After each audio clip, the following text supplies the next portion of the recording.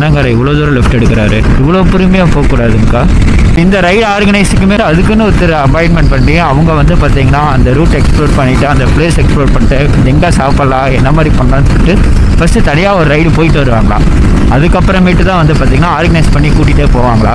So அந்த மாதிரி அது வந்து பார்த்திங்கன்னா ஒரு ஜாப் ஆட்டாக வச்சு அதுக்கு உண்டான ஒரு பேக்கேஜ் சேலரி அப்படியெல்லாம் இருக்கான். சார் அந்த மாதிரி ஒரு வேலையெல்லாம் கிடச்சா நல்லா தான் இருக்கும். ஆஹா லோ ஃபீல் காட்டிடுச்சா. இப்போ தான் எப்படா நான் பேசுகிறதெல்லாம் உன் காதில் கேட்குமா என்ன? இப்போ தான் நான் வந்து சரி என்ன பண்ணுறதுன்னு யோசித்தேன். பார்த்தா லோ ஃபியல் காட்டிட்டேன். டக்குன்னு 47 கிலோமீட்டர் தான் காட்டுது. கொஞ்சம் ரிஸ்க் எடுக்கிறேன்னா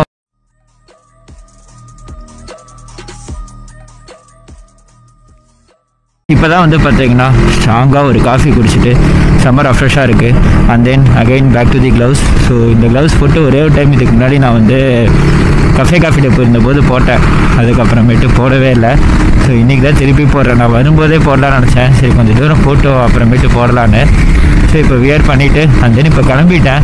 ஆனால் சத்தியமாக இந்த ஜாக்கெட்டு இந்த க்ளவுஸு இதெல்லாம் போட்டுட்டு என்ன சொல்கிறது, போட்டுட்டு ரைட் பண்ண ஆரம்பித்தா கம்ஃபர்ட்டாக தான் இருக்குது. பட் அந்த போட்டுட்டு எடுக்கிற வரைக்குமே வந்து பார்த்தீங்கன்னா இதுக்கே அவ்வளோ டிலே பண்ணுறது. டெய்லி ஒரு 10 நிமிஷம் ஆயிடுச்சு.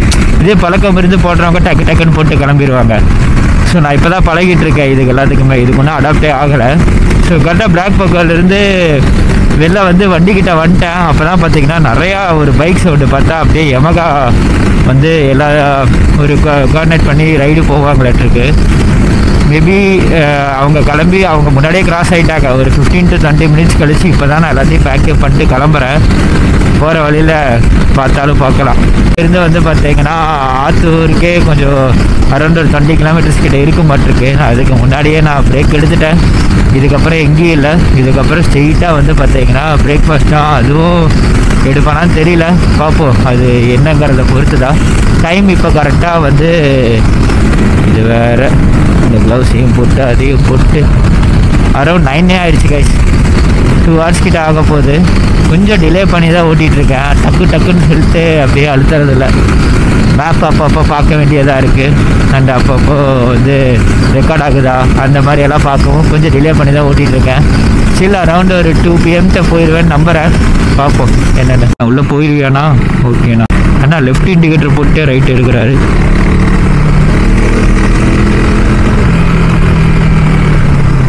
Again back to the highway.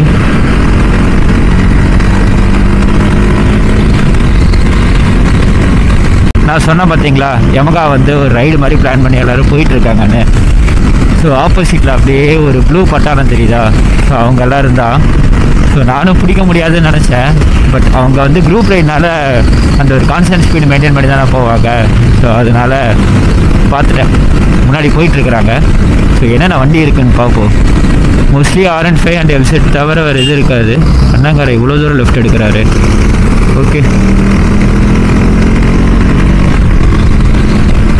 So there is எல்செட் and then MT15 and then R15. எங்கே இந்த பக்கம் என்ன பிளேஸ் இருக்குதுன்னு தெரியல. எல்லோரும் இந்த பக்கம் என்ன பிளேஸ் இருக்குதுன்னு தெரியலையே. ஸோ இந்த ரைடு ஆர்கனைஸுக்குமே வந்து பார்த்தீங்கன்னா ஆக்சுவலி என்ன பண்ணுவாங்கன்னா அந்த ரூட் நல்லா இருக்கா அந்த பிளேஸ் நல்லா இருக்கா அப்படிங்கிற மாதிரி ஃபஸ்ட்டு அதுக்குன்னு ஒருத்தர் அப்பாயின்மெண்ட் பண்ணி அவங்க வந்து பார்த்தீங்கன்னா அந்த ரூட் எக்ஸ்ப்ளோர் பண்ணிவிட்டு அந்த பிளேஸ் எக்ஸ்ப்ளோர் பண்ணிட்டு எங்கே சாப்பிட்லாம் என்ன மாதிரி பண்ணலான்னு சொல்லிட்டு ஃபஸ்ட்டு தனியாக ஒரு ரைடு போயிட்டு வருவாங்களா. அதுக்கப்புறமேட்டு தான் வந்து பார்த்திங்கன்னா ஆர்கனைஸ் பண்ணி கூட்டிகிட்டே போவாங்களா. ஸோ அந்த மாதிரி அது வந்து பார்த்திங்கன்னா ஒரு ஜாப் ஆட்டாக வச்சு அதுக்கு உண்டான ஒரு பேக்கேஜ் சேலரி அப்படியெல்லாம் இருக்கான். சார் அந்த மாதிரி ஒரு வேலையெல்லாம் கிடச்சா நல்லா தான் இருக்கும். 3rd டோல்கேட் வந்துட்டோம். இன்னும் 3 டோல் தான் இருக்குது. அரவுண்டு 270 கிலோமீட்டர்ஸ் வரும்னு நினைக்கிறேன் இங்கேருந்து சென்னை. இவ்வளோ பொறுமையாக போகக்கூடாதுங்கக்கா. வண்டி வந்து பார்த்தீங்கன்னா அரவுண்டு 137 அப்போது அதுக்கு முன்னாடி ஒரு 8 கிலோமீட்டர்ஸ்னால் அரவுண்ட் ஒரு 150 கிலோமீட்டர் ஓடி இருக்குது. இப்போதைக்கு 2 பாயிண்ட்டு குறைஞ்சிருக்கு. எனக்கு தெரிஞ்சு 700 போயிடுமான்னு கேட்டால் சான்ஸே கிடையாது. மேபி இன்னும் ஒரு டைம் டேங்க் ஃபுல் பண்ணால் போயிடும்னு நினைக்கிறேன். வண்டி அப்படியே பட்டர் ஸ்மூத்தாக நீட்டாக போயிட்டுருக்குது. ஸோ அதே மாதிரி கிளைமேட் பக்காவாக இருக்குது கைஸ். நான் எதிர்பார்த்த கிளைமேட்டு வெயில் இல்லாமல் இருக்குது. ஸோ இங்கேருந்து சென்னை வந்து பார்த்தீங்கன்னா 260 கிலோமீட்டர்ஸ். ஸோ போயிடலாம். ஒரு 4 ஹவர்ஸில் எனக்கு தெரிஞ்சு போயிடலாங்கிற ஒரு நம்பிக்கையில் போயிட்டுருக்கேன். ஆஹா இந்தியன் ஆயில் லெஃப்டில் இருக்கா. அங்கே போய் அடிக்கணுமா? சரி ஓகே. ஆக்சுவலி வந்து பார்த்தீங்கன்னா பெட்ரோல் அடிக்கலான்னு பிளான் பண்ணேன். 2 பாயிண்ட்டு தான் இருக்கேன்னு. இதுக்கப்புறம் எனக்கு தெரிஞ்சு உளுந்தூர்பேட்டையில் போனால் கிடைக்கும். இங்கேருந்து உளுந்தூர்பேட்டை எவ்வளோ கிலோமீட்டர் வரும்னு தெரியல. ஆனால் கள்ளக்குறிச்சியை தாண்டி இங்கேருந்து உளுந்தூர்பேட்டை இதுலேயும் போட கிடையாதா? ஸோ மேப்பில் பார்த்தா வேணால் தெரியும். ஆனால் கள்ளக்குறிச்சியை தாண்டி அரௌண்ட் 10 கிலோமீட்டர்ஸ் கிட்ட வந்துட்டேன். இன்னும் கொஞ்சம் தூரத்தில் உளுந்தூர்பேட்டை வந்துச்சுன்னா அங்கே பெட்ரோல் ஃபுல் பண்ணிட்டு அங்கேயே சாப்பிட்டுட்டு திருப்பி வண்டி எடுத்தோன்னா ஸ்ட்ரெயிட்டாக சென்னை போயிடலாங்கிற ஒரு பிளானில் தான் இருக்கேன். ஸோ கிளைமேட் வந்து பார்த்தீங்கன்னா வெயில் அடித்தாலும் அந்தளவுக்கு சுருள் அடிக்க கிடையாது. ஸோ கொஞ்சம் தாங்குற மாதிரி தான் இருக்குது. ஆனால் சென்னைக்குள்ளே என்ட்ரு ஆகும்போது தான் என்ன நிலவரம்னு தெரியல. எனக்கு தெரிஞ்சு மழையெல்லாம் இல்லை. ஏன்னா அந்த பக்கம் ஃபுல்லாகவே வந்து பார்த்திங்கன்னா கிளியர் ஸ்கையாக தான் இருக்குது. ஸோ சென்னை பெருசாக மழை இருக்காதுன்னு நினைக்கிறேன். ரீச் ஆயிடுவேன். இன்றைக்கி வந்து பார்த்திங்கன்னா கரெக்டாக கோயம்புத்தூரில் ஹெவியான ரெயினுங்கிற மாதிரி சொல்லிட்டு இருந்தாங்க. ஸோ எந்த அளவுக்குனா அதிகமாக வெள்ளம் வந்தால் என்ன பண்ணுறது, அதுக்கு உண்டான பாதுகாப்பெல்லாம் ரெடி பண்ணணும் அப்படிங்கிற மாதிரி கோயம்புத்தூரில் தான் இன்றைக்கி இருந்தது. இப்போ எனக்கு தெரிஞ்சு சென்னையில் வந்து அந்த அளவுக்கு இது இல்லை. ஸோ ஓகே, நம்ம நாளைக்கு முன்னாடி போயிடுவோன்னு நினைக்கிறேன். இங்கேருந்து வந்து பார்த்திங்கன்னா Chennai to 14 Ulundurpet around 11 kilometres தான் இருக்குது. ஆஹா, லோ ஃபியல் காட்டிடுச்சா? இப்போ தான் எப்படா நான் பேசுகிறதெல்லாம் உன் காதில் கேட்குமா என்ன? இப்போ தான் நான் வந்து சரி என்ன பண்ணுறதுன்னு யோசித்தேன். பார்த்தா லோ ஃபியல் காட்டிட்டேன். ஆக்சுவலி என் தப்பு தான். ட்ரிப் எஃப்ஏ ஆன் ஆயிடுச்சா? அரவுண்டு 190 கிலோமீட்டர், அதாவது 7 லிட்டருக்கு 190 கிலோமீட்டர் அப்படின்னா 7 3 21 அரௌண்டு 25 to 30 கரெக்டாக தான். அவ்வளோதான் நான் என்னோடய மைலேஜ். ஏன்னா இதில் வந்து நான் ரேஷ் டைவும் வர வழியில் பண்ணியிருக்கேன்.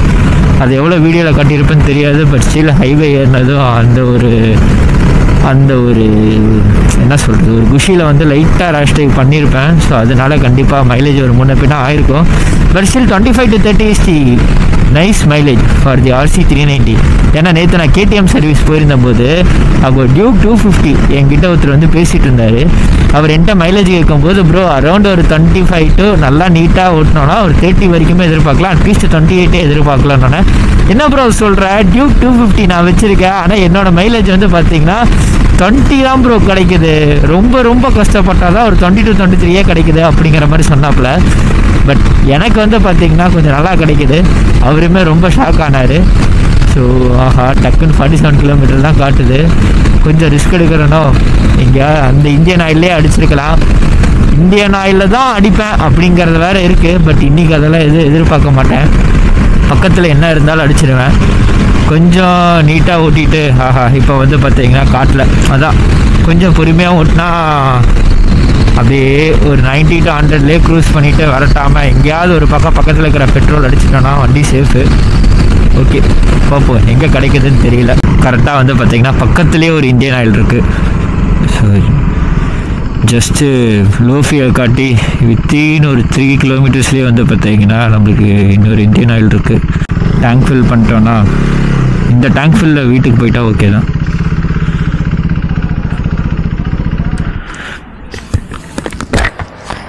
டேங்க் ஃபில் பண்ணிடுங்கக்கா. 245. ஸோ கைஸ், டோல் தாண்டினதுமே வந்து பார்த்தீங்கன்னா பாலாஜி பவன் ஒரு ஹோட்டல் இருந்தது. சரி, இதுக்கு மேலே நம்மளால் சாப்பிடாமல் இருக்க முடியாதுன்னு சொல்லி சாப்பிட்டுட்டேன். டைம் வந்து பார்த்திங்கன்னா அரௌண்ட் 11:20 ஆக போகுது. ஸோ இங்கேருந்து கிளம்புனோன்னா இங்கேருந்து 180 கிலோமீட்டர் வருது. ஸோ இதுக்கப்புறமேட்டு பெருசாக ஸ்டாப் பண்ண மாட்டேன்னு நினைக்கிறேன். மெயினாக பேட்ரி மட்டும் சேஞ்ச் பண்ணுற மாதிரி இருந்தால் ஸ்டாப் பண்ணுவேன். இல்லைனா வந்து வேறு எந்த ஸ்டாப்பும் கிடையாது. ஸ்ட்ரெயிட்டாக வந்து வீட்டுக்கு போக வேண்டியது தான். இங்கே டைம் எவ்வளோ ஆகுது? 11:20 ஆகுது கைஸ். 180 கிலோமீட்டர் எப்படியும் 2 hours ஆயிடும்னு நினைக்கிறேன். ஒரு 2 கிலோ போயிட்டேன்னா ஓகே. நல்லா சாப்பிட்டேன். ஆனியன் தோசை தொட்டுக்கிறதுக்கு மட்டுமே 1 2 3 4 சைடிஸ் வச்சுருந்தாங்க. நல்லா சாப்பிட்டாச்சு. இங்கேருந்து சென்னை 180 கிலோமீட்டர், திண்டிவனம் 56, விழுப்புரம் 15 கிலோமீட்டர். அப்படியே ஸ்ட்ரெயிட்டாக சென்னை தான். ஸோ பார்ப்போம் எத்தனை மணிக்குள்ளே போய் ரீச் ஆகும்னு.